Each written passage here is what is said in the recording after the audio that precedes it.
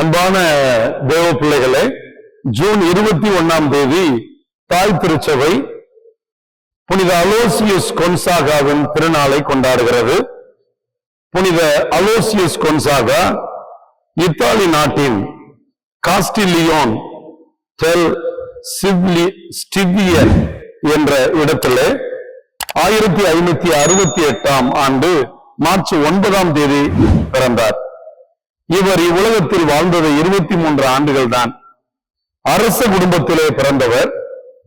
அவருடைய தந்தை அரச குடும்பத்திலே பிறந்து அரசாட்சியில் இருந்ததனால் மகன் போர் கருவிகளை கையாளுவதிலும் அரச குடும்பத்தில் சிறந்த அறிஞனாக வருவதிலும் கவனம் செலுத்தினார்.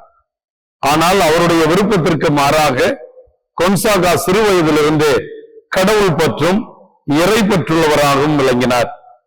இவர் சிறு வயதிலே 9 வயதிலேயே தன்னுடைய கற்பு வாழ்வை கடவுளுக்கு அர்ப்பணித்தார். தன்னுடைய தூய்மை வாழ்வால் வாழ விரும்பினார். இவர் திடீரென இயேசு சபையினர் இந்தியாவிற்கு சென்று வேதபோதக பணியை மேற்கொள்கின்ற அந்த நூலை வாசிக்கின்ற வாய்ப்பு கிடைக்க தானும் வேதபோதக பணிக்காக இயேசு சபையில் சேர வேண்டும் என்று தன் தந்தையிடம் கூற, அரசகுமாரனாக இருக்கிற நீ, இளவரசனாக இருக்கிற நீ எப்படி குருவானவராக போக விரும்பலாம் என்று அவர் மறுக்கிறார். தந்தையோடு 4 ஆண்டுகள் கடுமையாக போர் புரிகிறார். கடைசியில் தன்னுடைய விருப்பத்திலே வெற்றி அடைகிறார். எப்படி என்றால், தன்னுடைய ராஜ குடும்பத்தில் தனக்கான எல்லா சொத்துக்களையும் எனக்கு தேவையில்லை என்று எல்லாவற்றையும் தன் தம்பியை எடுத்துக்கொள்ளட்டும் என்று தனக்குரியதையெல்லாம் தம்பியின் பெயருக்கு எழுதி வைத்துவிட்டு எனக்கு இறைவன் போதும் என்று அவர் இயேசு சபையிலே சேருகிறார். இவர் வாழ்ந்த காலத்திலே பிளேக் நோய் என்று அவர்கள் அழைக்கிற தொழுநோய் பயங்கரமாக பரவுகிறது. அந்த தொழுநோய் பரவிய நேரத்திலே ஒரு குருமானவனாக இவர் அந்த தொழுநோயாளர்களை பராமரிக்கும் பணியை செய்கிறார். இவரும் உடல் நோய்வாய்ப்பட்டவர், மிகுந்த உடல் நோய்க்கு உள்ளாகிறார். கடைசியாக தொழுநோயும் இவரை பற்றிக் கொள்கிறது. இதனால் இவர் 1591 ஜூன் 21 மரணம் அடைகிறார். இவருக்கு 1726 புனிதர் பட்டத்தை திருச்சபை வழங்குகிறது. புனித பெல்லார்மின் இயேசு சபையிலேயே இருந்த ஒரு குருவானவர் இவருடைய புனித வாழ்வை கண்டார். இவர் குருமானவராக இருந்தபோது அவருக்கு ஆன்மீக தந்தையாக இருந்தவர். அப்பொழுது புனித பெல்லார்மின் அவரிடம் சொல்லுவார், நீ தூய்மையும் ஞானமும் மிக்கவனாக இருக்கிறாய். நீ இந்த உலகத்தில் இருக்கும் போதே நீ கடவுளுடைய ராஜ்யத்துக்குரியவனாக வாழலாம்.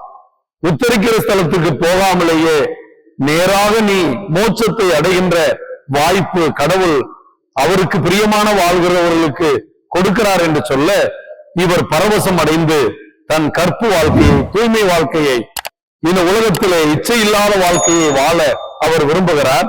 தன்னை பற்றிய கவலை இல்லாமல் தொழுநோயாளர்கள் மத்தியிலே சென்று பணிபுரிகிறார்.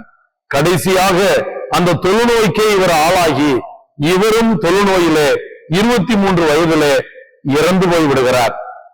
புனித அலோசியஸ் கொன்சாகா இளையோர்கள், மாணவர்கள், இயேசு சபையில் புதிதாக சேருகிறவர்கள், எய்ட்ஸ் நோயாளிகள், இன்னும் நோயாளிகளை பராமரிக்கிற மக்களுக்கு பாதுகாவலராக இருக்கிறார்.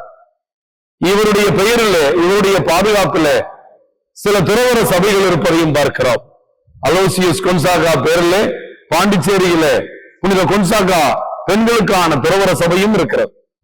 அன்பான தேவ பிள்ளைகளே, ஒரு 23 வயதிலே இருக்கும் போதே இறைவனடி சேருகிற ஒருவருக்கு இன்றைக்கு 23 வயதில் இருக்கிற நம் இளைஞர்கள் எப்படி வாழ்கிறார்கள்?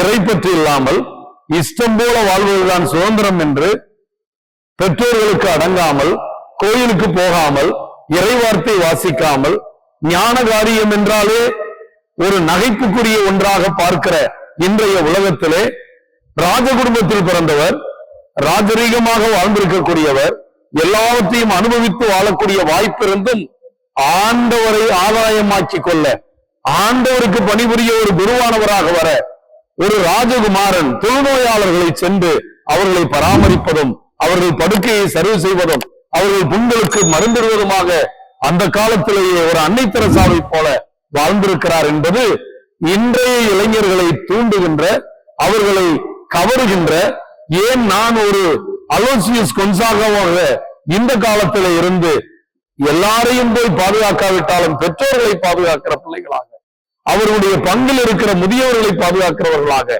பெரியவர்களை மதிக்கிறவர்களாக, ஆலயத்திற்கு சென்று திருப்பலி காண்கிறவர்களாக, நற்கருணை உண்பதிலே ஆர்வமுள்ளவராக, ஆண்டவரை ஆராதிக்கிற இளைஞர்களாக இருக்கக்கூடாது என்ற கேள்வியை எழுப்புகின்ற ஒரு புனிதராக இருக்கிறார். நம் இளம் பிள்ளைகளை இவரிடம் ஒப்படைப்போம். நம்முடைய வளரிளம் பிள்ளைகளை கொடுப்போம். இவரை போல ஞானத்திலும் இவரை போல இறை பற்றிலும் வளர்ந்து இறை ஆற்றலோடு அவர்கள் இவ்வுலகிலும் மறு உலகிலும் ஆசி பெற்றவர்களாக வாழ புனித கொன்சாகா நம்மை எல்லாம் ஆசீர்வதிப்பாராக. கொன்சாகா பெயரை தாங்கி இருக்கிற அனைவருக்கும் நாம விழா வாழ்த்துக்கள். புனித கொன்சாகாவே எங்களுக்காக வேண்டிக் கொள்ளும். நன்றி.